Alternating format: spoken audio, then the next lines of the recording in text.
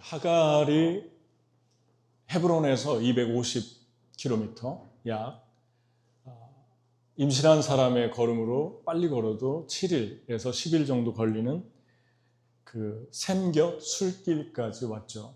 그래서 그 애굽과 이스라엘의 경계, 국경 정도에 와 있을 때 하나님의 사자가 나타났습니다. 근데 이 하갈의 입장에서 보면 하갈은 여종이었고 하인이었고 애굽으로 애굽 여자였기 때문에 애굽으로 가고 있지만 지금 대책이 없는 그런 떠돌이 상황이라고 볼 수 있죠. 어디로 갈까? 어떻게 살까? 그런 막막한 상황입니다.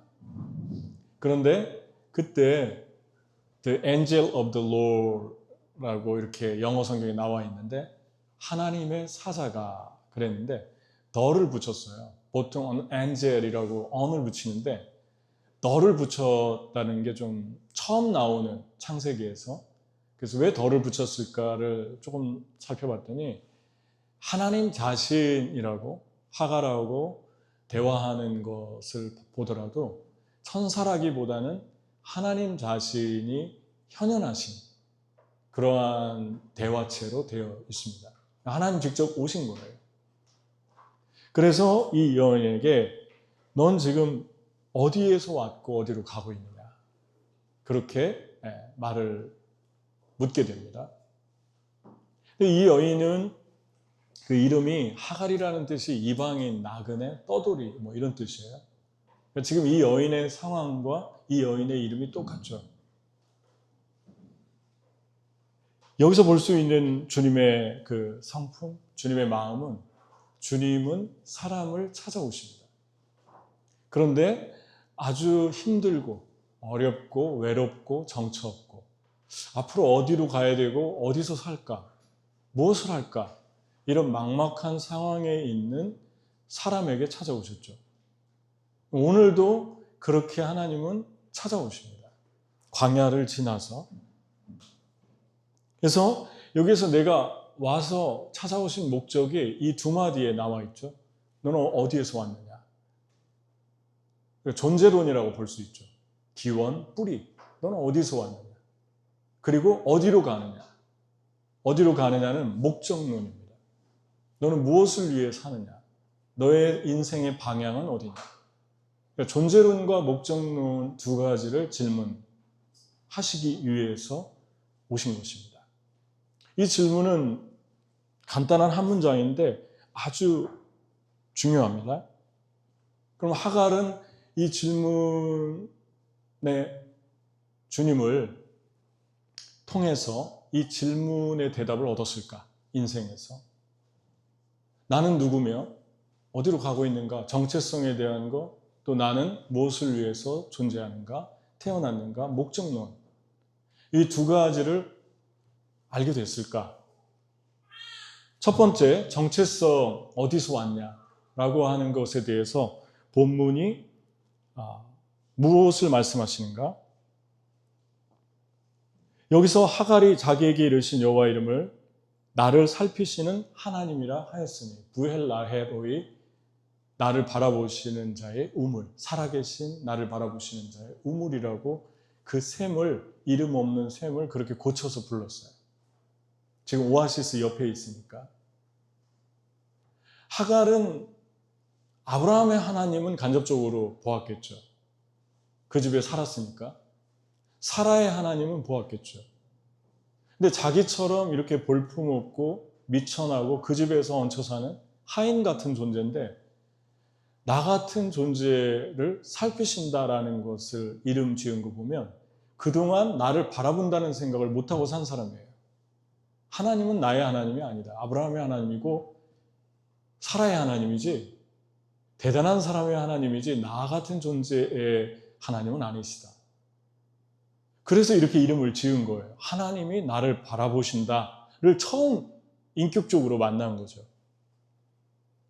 인격적으로 만나지 못했기 때문에 사라는 자기 정체성이 없는 사람입니다. 그냥 사라가 아니죠. 하갈은 자기 정체성이 없는 사람이에요. 왜냐하면 사라가 자기 정체성이고 아브라함이 정체성이지, 그 집에서 그냥 아기 낳아주는 그런 사람이지 아기에 대한 확신도 없고 얘가 누군지, 또 내가 얘를 왜 낳아야 되는지, 모든 삶이 지금 불투명해요. 정체성이 없으니까 어떻게 되는 것입니까? 자존감이 없겠죠. 자기가 소중하다고, 감히 하나님이 나를 바라보고 있다? 이런 생각조차 상상도 못하는 것입니다. 그러니까 그 삶은 어떻게 이어집니까? 아기를 가졌는데 아기를 가지기 전에는 아무래도 그 많은 사람들, 신학자들은 아브라함 집에 한 1000여 명이 있었을 거라고 그래요. 300명이 넘는 군사를 훈련시키는 그런 일꾼들이 있었으니까 적어도 한 아브라함의 집에 1000명을 예상하더라도 그 1000명 중에 뽑힌 여자예요. 사라가 총애했던 사람이죠. 아, 얘는 되겠다. 그래서 사랑을 받았는데 아이를 갖고 나니까 사라를 미워합니다. 하갈이. 멸시합니다. 아이를 갖기 전에는 총애를 얻을 정도니까 행동이 달랐겠죠. 정체성이 없으면 누군가 가졌을 때하고 같이 못했을 때 누군가를 대하는 태도가 달라지는 거예요. 내가 어떤 것들을 갖지 못했어도 또 가졌어도 변질되지 않았다, 항상 순수하다, 똑같다 라고 하는 것은 정체성이 있는 거예요. 나는 소중한 존재고 하나님이 나를 바라보고 있습니다. 나는 그런 사람입니다. 이렇게 분명한 100% 확신을 가지고 있으면 뭐 내가 가졌다고 해서 다른 사람을 멸시하고 못 가졌다고 해서 다른 사람들을 무조건 추앙하고 그런 삶으로 이어지지 않는다는 것입니다. 근데 처음으로 하갈은 하나님의 사랑을 만난 거예요. 인격적으로. 인격적으로 하나님을 만났다는 말은 무슨 말입니까? 우리 가끔 그런 말 하잖아요. 인격적으로 주님을 만나셨나요? 인격적으로 만난 사람은 자기 정체성을 찾았다는 거예요. 자기 정체성을 찾았다는 것은 자기를 소중하게 생각하기 시작했다는 것입니다. 자기를 소중하게 생각한 사람은 다른 사람에 대해서 대하는 태도가 달라집니다. 그게 다 붙어 있어요. 그게 하갈의 모습에서 지금 드러납니다. 그 존재론을 발견한 거예요. 어디에서 왔느냐? 너의 뿌리는 뭐냐? 넌 누구냐? 여러분, 성경 갈라디아서 6장 5절 6절에 보면 이런 말이 나와요. 저는 이 말씀 볼 때마다 조금 혼동스러웠는데 계속 묵상을 했어요. 최근에. 각각 자기의 일을 살피라. 그리하면 자랑할 것이 자기에게만 있고 남에게는 있지 아니하리라.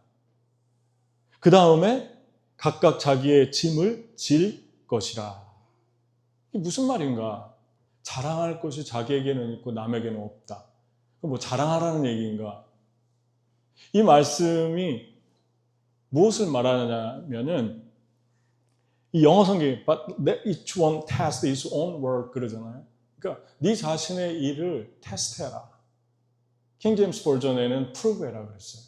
prove하다는 것은 네가 하고 있는 모든 일들이 정말 하나님을 위한 일이고 너의 동기와 모든 것들을 계속해서 살피고 테스트해보고, 그래서 온전한 순금이 아니면 돌멩이나 흙은 다 걸러내라. 그러니까 계속해서 주님 앞에 테스트하는 사람들이 변질되지 않는 거예요. 있어도 없어도 진실하게 사는 거예요. 변함없이. 그러니까 자기를 계속해서 천국 갈 때까지 돌아보라는 거예요.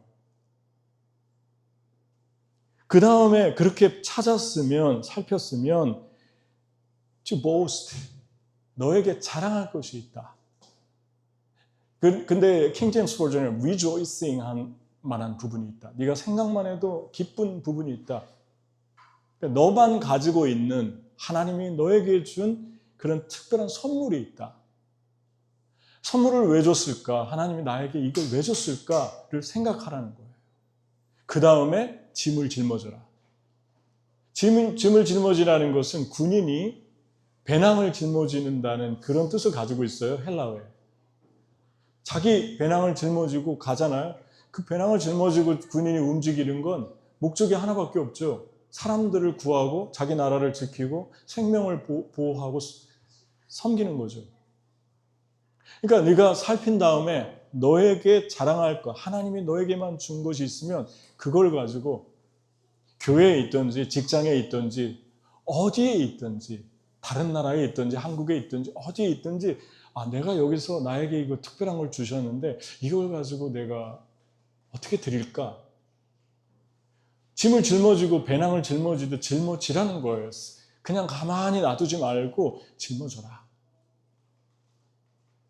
이러한 삶이 돼서 그것을 너가 사용하면, 너를 드리면, 짊어지면 무겁죠. 뭐든지 짊어지면. 그러면 그 다음 문맥이 뭐라고 나와 있어요? 사람이 무엇으로 심든지 그대로 거두리라. 나는 꼭 너에게 거두게 줄 것이다. 그러니까 염려하지 말고 성령으로 심으면서 살아라. 하나님을 만나면 존재론, 내가 어떤 사람인가를 알게 되고 어떤 사람인가를 정체성을 알게 되면 삶이 이렇게 바뀝니다. 내 은사가 찾아져요. 내게 특별한 게 있구나. 그래서 너에게만 자랑할 것이 있다는 것은 자랑하라는 얘기가 아니라 다른 사람하고 비교하지 말아라. 너가 가진 게 있다. 나는 너에게 독특하게 준 게 있다. 그걸 찾으라는 것입니다. 비교하지 말고. 그리고 리조이싱 해라. 행복하게 살아라. 특히 한국적인 상황에서는 더 하잖아요. 너무 많이 비교하잖아요. 그래서 하기 싫어도 따라갈 때가 있고, 교육도, 아이도, 직장도 모든 게 다 그렇지 않습니까? 그래서 다른 사람이 하면 나도 해야 되고, 그런 게 너무나 심한 세상 속에서 우리가 살고 있잖아요. 그런데 하나님 안에 주님이 오신 목적은 난 네가 그렇게 살기를 원치 않는다. 그냥 너로 살고, be yourself. 너로 살고, 네가 가진 것들을 나를 위해서 어디 있든지 잘 돌아보고 내가 여기에 이 부분이 필요하구나. 그걸 채워 넣으면 나는 너를 심은 대로 거두게 하겠다. 여러분은 어떻게 살고 있습니까? 여러분 어떤 것들이 없다가 가져도 다른 사람 멸시 안 하고 변질되지 않고 순수하게 사십니까? 없었을 때처럼 그렇게 겸손하게 살고 있습니까? 한 사람 한 사람 소중하게 대하고 있습니까?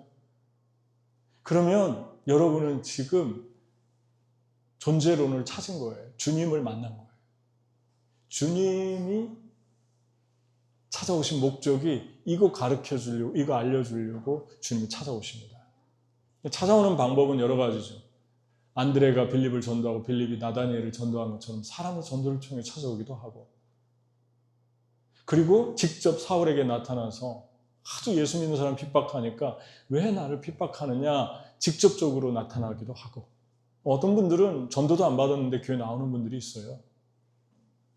누가 가르쳐주지 않았는데 기도실로 들어가서 참을 수 없이 기도를 그냥 어떻게 하는지도 모르는데 시작한 사람들이 있어요. 다 만남이 다릅니다. 주님의 은혜가 임한 거죠. 여러분은 찾았습니까? 계속해서 이렇게 자신을 살핍니까? 여러분은 변질되지 않고 계속 순수합니까? 이게 첫 번째 목적론, 존재론. 두 번째 목적론, 어디로 가느냐 물어봤어요. 어디로 가고 있느냐. 주님이 우리를 인격적으로 만났다는 것은 첫 번째 정체성을 찾게 되는 것이고, 두 번째는 내가 정말 주님 만났나 하면은 목적론을 찾은 거예요. 나는 어디로 가고 있다. 그랬더니 여자가 뭐라고 얘기합니까? 어디로 가느냐 그랬더니 사례를 피해서 도망갑니다. 주님 못 만나니까 정체성이 없죠. 정체성이 없으니까 목적이 없어요. 목적이 없는 사람들의 특징은 도망 다녀요. 조금 어려우면은 그냥 뭐 할 수도 있고 안 할 수도 있고, 그냥 계속해서 현실이 어려우면 또 어디론가 숨죠. 뭐 오락 속으로 숨고, 세상의 어떤 취미 속으로 숨고, 쾌락 속으로 숨고, 자꾸 숨고 싶어요. 괴로우니까, 너무 힘드니까. 도망간다라고 하는 것은 목적이 없다는 것입니다. 근데 목적이 있으면 하갈의 이름처럼 나그네, 방황하는 사람, 떠돌이라는 이름을 우리도 다 나그네죠. 그런데 나그네도 나그네 종류가 있습니다. 목적이 있는 나그네가 있어요. 잠깐 나그네처럼 살지만 분명한 목적을 알기 때문에 쉽게 어떤 것들을 내 마음대로 포기하거나 또 계속 붙들고 있거나 이 극단적인 거에 서지 않고 하나님 음성 따라서 움직입니다. 고집 부리고 노라는 데도 붙들고 있고 가라는 데도 가지 않고 있고 반대로 가지 말라는 데도 또 무섭고 두려워가지고 도망가고 주님이 우리 안에 어떤 것들을 주시고 나를 찾게 해주시면 사람이 무서워도 사라 같은 사람들이 있어도 쉽게 도망가지 않습니다. 그래? 그러면 하나님이 어떻게 하나 한번 보고 싶다. 나의 하나님이 어떻게 이 상황을 인도하시나 내가 볼 것이다. 영적인 어떤 뚝심, 영적인 근성이 이런 데에서 생깁니다. 주님과 나와의 관계. 두려울 수도 있고 때로는 떨릴 수도 있지만 잠깐이고 주님이 나에게 힘을 주십니다. 견고함을 주십니다. 이 여인에게 뭐라고 하죠? 네 아이, 뱃속에 있는 아이 이름이 이스마엘이라고 해라. 그래서 그 이스마엘은 하나님이 들으셨다는 뜻이에요. 그래서 그 아이의 씨를 내가 번성하게 해주겠다. 상상도 못한 일이에요. 사라는 지금 하나님이 축복으로 이스마엘을 갖게 했어도 자기에게는 상관이 없어요. 지금 연결이 잘 안 돼요. 그런데 주님께서 이 하갈에게 목적을 줍니다. 내가 이스마엘을 축복하고 너와 너의 자손도 축복할 것이다. 뒤에 창세기에 가보면 25장에 정말 하나님이 이 여인의 자손, 이스마엘의 자손을 축복해서 12지파식으로 방백이 나오게 되죠. 그리고 아라비아에 거주하면서 지금의 아랍 족속의 조상이 됩니다. 그러면서 씨가 번성해요. 그러니까 여러분, 사람은 무엇이 없어서 소망이 없는 게 아니라 하나님을 근본적으로 만나지 못했기 때문에 소망이 없는 거죠. 여기서 말하는 소망은 우리가 만들어낸 소망이 아니라 하나님의 부르심, 하나님이 나에게 주는 소망.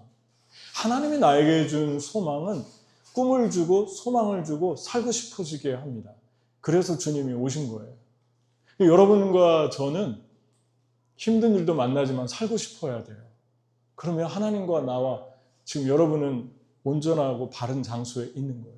관계에 있는 거예요. 살고 싶어져요. 아무리 어려운 일이 있어도 소망이 있어야 돼요. 우리 영혼 안에 소망이 있어요. 내일에 대한 소망이 있어요.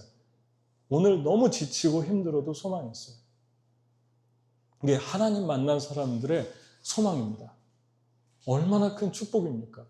하나님 우리에게 준 정말 상상할 수 없는 축복이죠.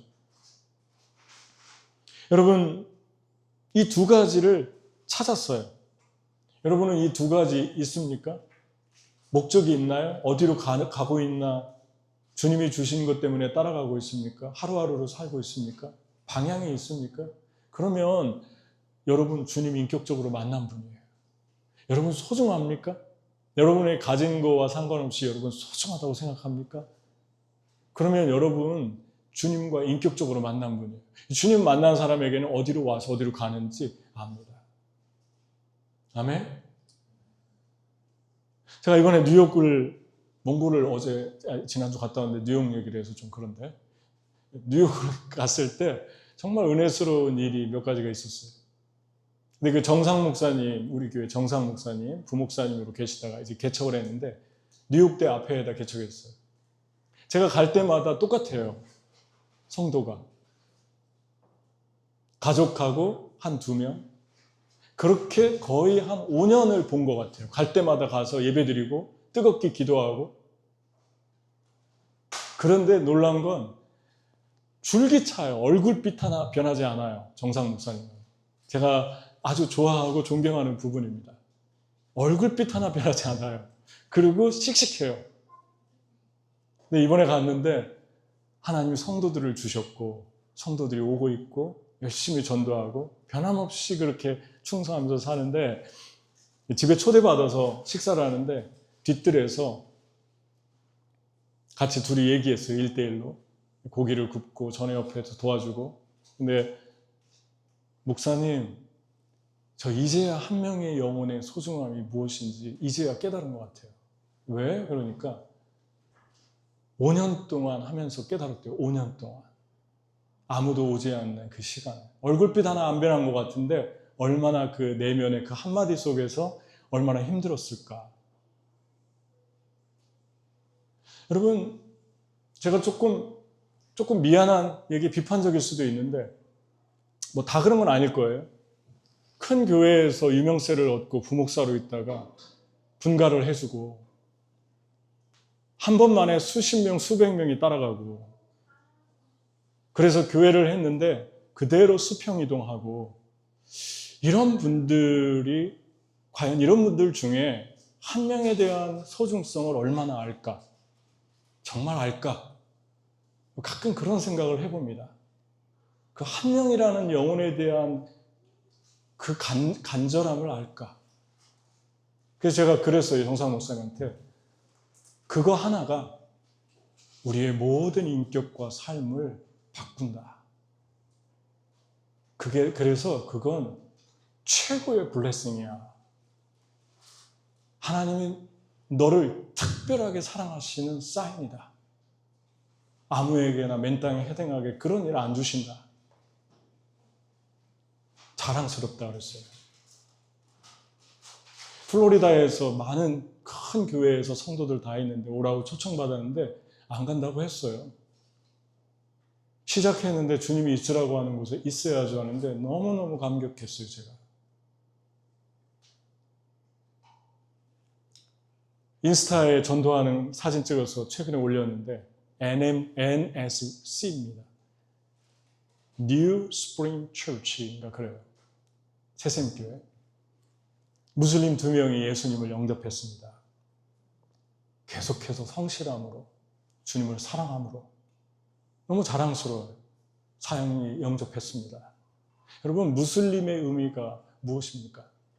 10년이 지나도 한 사람도 돌아오기가 어려운 게 무슬림입니다. 20년, 30년 사역했는데 한 명 얻고 그 한 명을 얻을 때 그 사람은 그 사회에서 모든 걸 다 포기해야 돼요. 신분, 죽음의 위협, 지위, 어쩌면 부 가진 것까지 모두 다 잃어버리는 것을 전제로 하고 하는데 이 뉴욕이라는 이 메리트가, 이 매력이 여기에 있습니다. 무슬림 만난 거예요. 그런데 또 똑같은 시간에 또 올렸어요. 이쪽에 MMC에서. 그래서 제가 스토리에 올렸길래 그걸 캡처해가지고 읽어봤더니 길게 썼어요.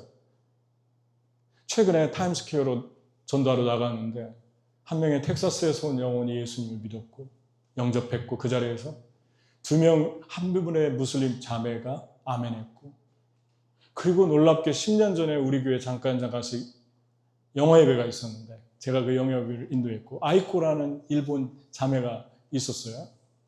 근데 10년 동안 어떻게 소식이 끊겼는데 나오다가 그 자매를 타임스퀘어에서 만났는데 그 자매가 보고 놀라고 우리도 놀라고 그래서 다시 전도하게 됐다. 어떻게 이 시간에 여기서 만났을까? 여러분, 하나님께서 여러분과 저의 삶에 주시는 그 은혜는 이 목적론, 어떠한 상황이나 힘듦이나 어려움에 의해서 내 인생의 방향이 결정되지 않고 나를 얼마나 후원하는 사람, 나를 얼마나 밀어주는 사람이 있는가 없는가도 중요하지만 하나님이 있으라고 한 곳이 어디냐, 하라고 한 일이 어디냐, 그거를 가지고 살아간다면 우리 인격적으로 주님을 만난 거예요. 그런데 한 가지 여기에서 질문이 있죠. 왜 주님께서는 그냥 하갈을 내버려 두지 않았을까? 주님을 인간적인 측면에서 한번 생각을 해보죠. 사람은 그렇잖아요. 하나님은 분명히 하갈을 통해 아기를 낳는 거 원하는 분이 아니에요. 사람이 욕심이 생겨서 조급해서 인위적으로 만들어냈어요, 하갈을. 내가 준다고 한 아들은 14년 후에 주셨어요. 이 시간으로부터도. 전체 다치면 75살에 그 약속을 했다고 칠 때 25년이 더 걸렸어요. 14년 후에 주실는데 혼선이 생기잖아요.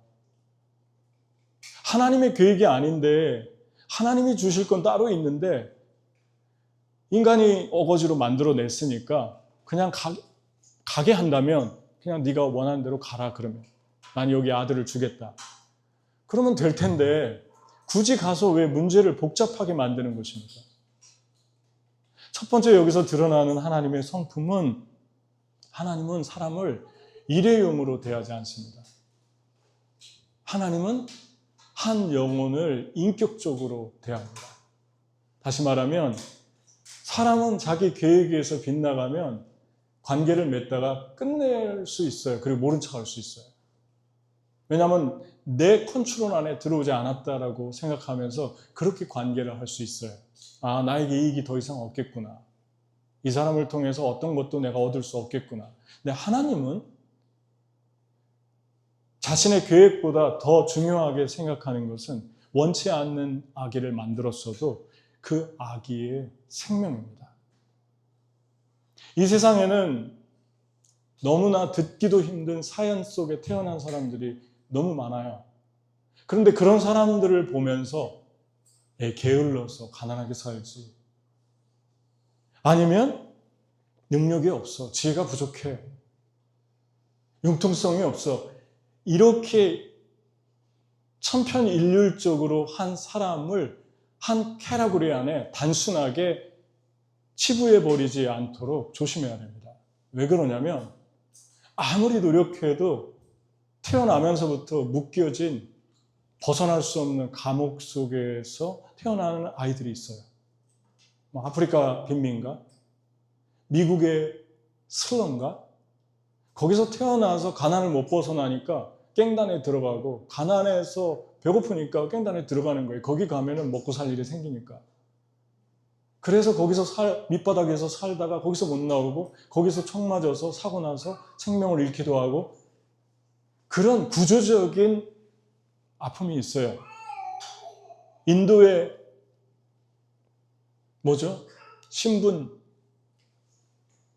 신분제도 그 신분제도를 없앴지만 지금도 시골에는 공공연하게 신분을 나누고 불가촉 천민이라는 계급을 만들어서 그 사람들은 거리에서 자고 거리에서 죽고 거리에서 살다가 평생을 거기를 빠져나올 수가 없어요. 이미 그렇게 태어났기 때문에. 여러분은 태어나면서 괜찮은 환경에 태어났을 수도 있고 아니면 너무너무 어려웠는데 어떻게 해서 고생 끝에 그것을 벗어난 사람들도 있어요. 그런데 벗어난 사람들도 누군가의 도움이 있었을 거예요. 반드시 누군가의 신세를 졌을 거예요. 아무리 내 혼자 노력했다고 해도 누군가가 호의를 베풀었기 때문에 벗어난 거죠. 그렇다면 이 땅에 어렵고 힘들고 빠져나올 수 없는 구조적인 어려움 가운데 있는 사람들을 소중히 우리가 여길 수밖에 없다는 것입니다. 홈레스까지 어떤 사연이 있을 수 있다는 거예요. 여러분, 여기서 우리가 하나님의 성품을 봅니다. 하나님의 정말 이 성품 중요하게 생각해야 될 성품이 뭐냐면 그건 너의 잘못이니까 네가 책임져라. 그러지 않았어요. 일단은 그 아이를 가졌기 때문에 그 아이가 어떻게 생겼건 어떻게 임신했던 나는 그 아이를 살려야겠다. 그래서 나는 내 계획이 따로 있지만 그 아이를 살리기 위해서 너를 도와줄 것이다. 그리고 번성하게 할 것이다. 하나님의 생명의 소중성을 만나게 됩니다. 하나님의 성품을 만난 이 여인은 부헬 라헤로이, 나를 보시는 살아계신 분의 하나님. 우물 그렇게 졌습니다. 나를 보고 있구나. 나 같은 미천한 존재를 보고 있구나. 사랑하시는구나. 여러분이 주님을 만날수록 우리의 계획, 우리의 컨트롤, 우리가 가진 것에 보다 한 사람 한 사람을 소중하게 생각하게 된다는 거예요. 그러니까 여러분의 삶에 하나님께서 어떤 주신 것이 있을 때 우리는 이 땅에 아주 낮은 가운데 살아가는 사람들을 잘 바라봐야 됩니다. 그리고 생각해야 됩니다. 그래서 우리도 몽골을 계속 가는 거 아니겠습니까? 두 번째, 마지막으로 하나님의 드러난 성품 하나는 일회용이 아니라 인격으로 영원히 사랑하신 하나님이고, 두 번째는 죄의 결과로 만들어진 상황을 협력해 선을 이루어 주십니다. 그러니까 여러분, 사라나 하갈의 입장에서 보면, 아브라함의 입장에서 보면 모든 게 다 부서졌어요. 계획대로 안 됐어요. 아기를 낳아도 문제고 안 낳아도 문제고. 그런데 거기에다가 하갈이 집을 나가 도망갔어요. 그러니까 아브라함과 사라도 이제 낙심해 있을 것이고, 그리고 하갈도 갈 길이 막막하고. 근데 하나님이 나타나서 이 상처받은 하갈을 치유해 주셨고, 하갈에게 소망을 주십니다. 그리고 해답을 주십니다. 갈 곳을 알려주십니다. 다시 돌아가서 거기서 복종하고 살아라. 내가 네 씨를 축복할 것이다. 그리고 사라와 아브라함의 편에서도 잘 된 거죠. 어쨌든 마음이 불편한데 돌아와서 다시 거기에서 예전처럼 화목하게 삽니다. 하나님께서 인도해 주셨어요. 그런데 하나님이 분명히 축복해 주시고 번성하게 하신다고 했는데 12절 말씀, 어려운 말씀을 한마디 하십니다. 그게 뭐냐면, 그가, 이스마엘이죠, 사람 중에 들나귀 같이 되리니 그의 손이 모든 사람을 치겠고 모든 사람의 손이 그를 칠지며 그가 형제와 대항해서 살리라. 이것은 그냥 쉽게 얘기하면 호전적인 민족이 될 것이고 많은 나라들과 분쟁을 일으키며 싸우는 긴장관계에서 평생을 살게 될 것이다. 하나님 분명히 축복한다고 했는데, 그러면 여기에 우리의 질문은, 하나님이 이 사람들의 삶을, 이스마엘의 삶을 이렇게 예정했기 때문에 호전적인 삶을 살게 된 겁니까? 아니면은 하나님께로부터 오지 않았음에도 불구하고 이들이 선택했기 때문에 하나님은 그 선택할 걸 알고 미리 말씀하신 것입니까? 먼저 이들은 폭력적이 될 것이다. 싸움을 좋아할 것이다. 싸움하게 될 것이다. 그들이 치고 받고 이런 삶을 살게 될 것인데, 아랍 족속의 삶을 얘기했어요. 성경에 보면은 너희의 싸우는 정욕이 어디서 나느냐? 다툼이 어디로 쫓아나느냐? 너희 지체 중에 싸우는 정욕으로 쫓아낸 것이 아니냐? 너희가 욕심을 내어도 얻지 못하며 살인하며 시기하여도 능히 취하지 못하나니 너희가 다투고 싸우는도다. 너희가 얻지 못하면 구하지 아니합니다. 야고보서 4장의 12절에 분명하게 말씀합니다. 너희는 할 수만 있으면 모든 사람들과 더불어 화목해라. 다시 말하면 폭력은, 싸움은 하나님의 성품이 아닙니다. 하나님은 사람을 만들 때 그렇게 만들지 않았어요. 너희는 화목해라. 화평케 하는 자는 복이 있나니 하나님의 아들이라 일컬음 받을 것이다. 예수님도 하나님과 우리와 화평하게 해서 오셨잖아요. 그렇다면은 이 사람들에게 미리 알려주는 거죠. 너희가 싸우게 될 때 이 말씀을 기억하라는 거예요. 선택하지 말고 온유한 사람이 되라. 들나귀가 되지 말고 준마처럼 훈련해서 너희를 다듬고 굴복시켜라. 그 메시지를 지금 미리 주시는 거예요. 예수님이 그랬잖아요. 베드로가 다른 사람 다 버려도 나는 주님 버리지 않을 겁니다. 그러니까 네가 오늘 다 굴기 전에 나를 3번 부인할 것이다. 그렇지만 넘어지고 다시 일어나면 내가 너를 위해 미리 기도했으니까 너희 형제들을 도와줘라. 일으켜라. 넘어진 사람들을 일으켜라. 미리 예언해 주는 것은 방지함을 위한 것일 수 있어요. 너 그렇게 살지 말아라. 네가 그런 삶을 흘러갈 때에도 선택해라. 그리고 나를 위해서 선을 선택해라. 주님이 미래까지 가르쳐 주십니다. 그런데 결국은 이 이스마엘의 자손은 호전적인 민족이 되고 계속 싸우죠. 그리고 이스라엘도 마찬가지입니다. 이스라엘도 계속 폭력적이죠. 지금도 싸우고 있죠. 얼마 전에 카타르를 공격했죠. 가자를 공격하다 못해 이제 완전히 너무나 많은 사람들을 고통 속으로, 지옥 속으로 만들고 있죠. 그 둘의 공통점이 무엇입니까? 하나님을 믿는데 알라, the God이거든요. 알라라는 말이. the God, the God. 유대인들도 유일신 하나님을 믿잖아요. 그런데 예수님이 없어요. 예수님이 없으니까 화평이 없어요. 화목이 없어요. 계속 분쟁합니다. 계속 싸웁니다. 여러분, 주님께서 여러분과 저에게 주시는 메시지가 얼마 전에는 아브라함이 아내를 누이라고 속여서 비겁한 모습을 보여서 애굽 왕이 아내를 취할 뻔했는데 하나님이 다 그 집어던진 그릇을 다 다시 해가지고 다 붙여주고 회복시켜줬는데 이번엔 사라가 그랬어요. 사라가 엉망진창으로 만들어놨어요. 근데 주님이 다 수습해 주십니다. 그리고 화목하게 만들어 주십니다. 다시 하나가 되게 해 주십니다. 그러나 그 다음에는 우리의 선택이 필요합니다. 계속해서 하나님 앞에 자신을 살피는 거, 프루브하는 거. 그래서 내가 똑같은 실수를 반복하지 말아야겠구나.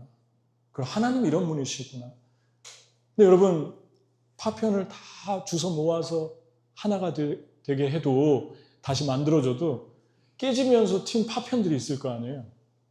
그럼 옆에 있는 사람 가만히 있다가 제3자가 제4자가 그 파편에 띄어서 그 사람이 피해를 보는 거예요. 엉뚱한 사람이. 그건 누가 결과를 받습니까? 결국 내가 받는 거잖아요. 내가 고통받게 되는 거잖아요. 깨지 않으면 일어나지 않았을 일인데. 그게 이스마엘입니다. 이스마엘을 통해서 계속해서 가르치고 훈련하고 하나님께로 인도했어야 되는데 그 후손들이 하나님께로 돌아오지 못하게 함으로 말미암아 평생의 가시가 되어서 평생의 호전적인 사람이 되어서 싸우게 됩니다. 하나님이 우리에게 어떤 걸 수습해 줬으니까 다음에 또 수습해 주시겠지가 아니라 그걸 통해서 test yourself, test your own work. 너의 일을 다시 테스트해봐라. 다시 한번 살펴봐라. 메시지를 받고 다시는 그런 삶을 살지 않도록 해야 만약에 이미 저질렀으면 그 튄 파편까지 본인이 계속해서 하나님께 인도하며 예수 그리스도의 십자가의 은혜로 인도해 가야 되는 것이죠. 그렇지 않으면 그 열매를 우리가 먹게 됩니다. 여러분, 하나님은 협력해 손을 이루어 주십니다. 그런데 우리는 매일매일 그것을 통해서 하나님이 내가 문제만 일으키면 다 해주니까가 아니라 하나님이 이 해결하신 속에서 내가 앞으로 어떻게 살 것인가. 하나님 이렇게 또 넘어가게 해주셨구나. 그리고 내가 성화되어야겠다. 내가 바뀌어야 되겠다. 그럴 때 하나님께서 놀라운 하나님의 은혜들을 우리의 삶 가운데 다시 베풀어주기 시작합니다. 아멘. 여러분 자신을 계속해서 살피시는 그런 삶이 되기를 축복합니다. 주님은 화평의 하나님, 하나됨의 하나님, 사랑의 하나님, 깨진 것도 다시 다 붙이는 하나님. 여러분의 마음 속에서 정말 이런 마음이 있나요? 하나 되는 마음이 있나요? 화평하고 살고 싶은 그런 마음이 있나요? 노력을 합니까? 아니면 교만합니까? 여러분, 우리 그런 마음으로 이 NMC가 살면 좋겠어요. 저는 캘리포니아에 있을 때 또 하나 제가 은혜 받았는데 저희 딸이 지금 인터내셔널 교회 나가거든요. 다민족이에요. 조그만해요. 근데 그 조그만한 교회가 여러 군데에 있어요. 캠퍼스 중에 하나예요. 근데 목사님이 가끔 오시고 평신도 지도자들이 사역을 하는데 얘가 임신을 해가지고 아기를 낳으니까 성도들이 한 명 한 명씩 하루에 한 번씩 전화를 해요. 돌아가면서 그 아줌마 또래가 돌아가면서 전화를 해가지고 오늘 저녁 뭐 시켜줄까 전화를 하는 거예요. 내가 뭐 먹고 싶다 얘기하면은 그 배달 음식이 집 앞에까지 와서 같이 먹게 해주는 거예요. 그런데 그것이 너무너무 사랑스럽고 하나 되고 그리고 따뜻하게 느껴졌어요. 아기를 낳으니까 여러분 힘들잖아요. 그러니까 혼자 뭐 밥을 만들 수도 없고 음식을 해 먹을 수도 없고 힘도 없는데 어떻게 아기를 낳은 사람이 뭘 하겠어요. 아빠는 한계가 있고 또 다른 아기가 또 있으면 더하고. 근데 그런 거 하나하나를 배려하면서 누가 했는지도 몰라요. 얼굴도 그냥 전화해가지고 시켜주는 거예요. 근데 너무너무 은혜스러운 컬처, 하나됨의 은혜. 우리도 이렇게 살았으면 좋겠다. 우리 교회도 이런 거 하면 좋겠다. 그런 생각이 들었어요. 한국처럼 세계에서 제일 빠르고 정확하게 갖다 놓는 배달의 민족이 어디 있습니까? 얼마나 좋아요, 하기가. 이러한 화목함, 이러한 사랑, 이러한 것들이 작은 것 같은데 너무너무 따뜻하게 하나하나를 계속해서 더 우리의 삶에 충만하게 부어주시는 것을 보게 됩니다. 하나님은 협력의 선을 이루는 분, 화목하길 원하는 분, 서포트 하시는 분, 그 하나님. 마지막 질문하겠습니다. 여러분과 저는 그렇게 살려면 예수의 십자가가 필요합니다. 이스라엘은 예수의 십자가가 필요해요. 예수님 필요해요. 예수님 없어서 죽자 살자 싸우는 거예요. 회개해야 돼요, 이스라엘. 그리고 팔레스틴도 마찬가지입니다. 똑같이 회개해야 되죠. 돌아와야 됩니다. 예수님이 필요합니다. 여러분의 삶의 정체성과 목적의 변화가 있는가? 여러분의 삶에 하나님이 다시 더 좋게 만들어준 깨어진 조각들은 무엇인가? 세 번째, 변질된 부분이 있다면 여러분은 지금 테스트하고 돌이키려고 하는 마음이 있는가? 여러분의 삶에 변질된 부분이 있는가? 같이 기도하겠습니다. 이 시간에 우리 같이 기도하면 좋겠습니다. 오늘 예배가, 오늘 찬양이 너무너무 또 특별하게 더 기름 부음이 있었는데 그 월십송, 너무너무 파워풀한 월십송들 너무 감사했는데 마지막 찬양을 우리 같이 부르겠어요. 기도하고 오늘 불렀던 마지막 찬양 같이 함께 기도하겠습니다. 나는 삶의 정체성과 목적이 바뀌었는가? 난 사랑스러운 존재고 주님이 나를 보고 계셨구나. 부엘라헤로이, 나를 바라보시는 하나님의 우물, 나를 사랑하셨구나. 내가 가져도 갖지 못해도 나에게 지금 내가 다 깨버린 그릇들을 다시 모아준 주님의 은혜가 무엇이었던가 한번 생각하고 감사하는 시간을 가집시다. 그리고 다시 찾길 원하시는 하나님의 은혜, 내가 변질되었다면 내가 다시 돌이켜야 될 것은 무엇인가? 우리 같이 기도하겠습니다.